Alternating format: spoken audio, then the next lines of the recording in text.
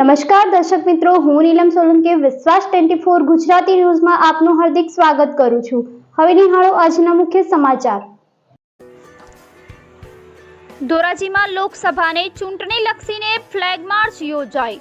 ત્યારે ખાસ કરીને વાત કરવામાં આવે તો આવનાર થોડા જ દિવસમાં લોકસભાની ચૂંટણી યોજાવાની હોય ત્યારે ધોરાજીના ગેલેક્સી ચોક, 3 દરવાજા, મેઇન બજાર, શાક માર્કેટ, 4 ધોકા ચોક, લિબર્ટી સિનેમા રોડ, અવેડા ચોક, જેતપુર રોડ સહિતના રોડ પર પોલીસ દ્વારા ફ્લેગ માર્ચ કરવામાં આવી હતી, જેમાં પોલીસ વાહન સહિત ધોરાજી પીએસઆઈ સહિતના જવાનો હાજર રહ્યા હતા।